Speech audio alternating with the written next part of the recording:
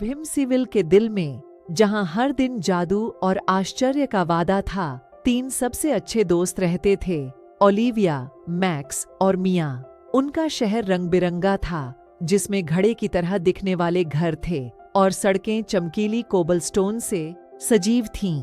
हालांकि विम्सीविल का वास्तविक जादू उसकी सीमा की बाहर के कूड़े में था, जहां तृतीयों की सबसे अद्भुत साहसिक यात्राएं खुलती थीं, सजीव थीं। हालांकि विम्सीविल का वास्तविक जादू उसकी सीमा की बाहर के कूड़े में था, जहां तृतीयों की सबसे अद्भुत साहसिक यात्राएं खुलती थीं, सजीव थीं। हालांकि विम्सीविल का वास्तविक जादू उसकी सीमा की बाहर के कूड़े में था, जहां तृतीयों की सबसे अद्भुत साहसिक यात्राएं खुलती थीं।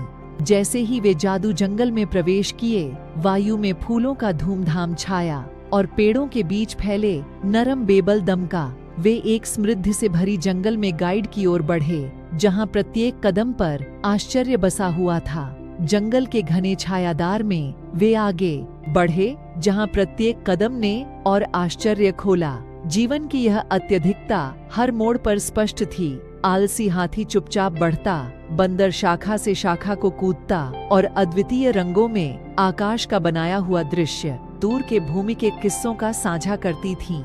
एक बुद्धिमान उल्लू ने उन्हें कहा कि विशिंग पॉन्ड की ओर बढ़ें, जहां प्रत्येक रिप्पल एक इच्छा को पूरा करती थी।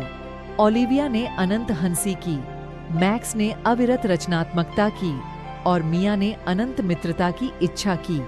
पॉन्ड ने जादू से भरी चमक के साथ चमकी, जो उनकी आत्मा की भव्य इच्छाओं की भरपूरता कर उनके अद्वितीय साहस ने इन्हें विश्वास को स्थापित करते हुए एक और रहस्यमयी पथ पर ले गया, जहां एक मिस्त्री लेप्रेकॉन ने उन्हें एक नृत्य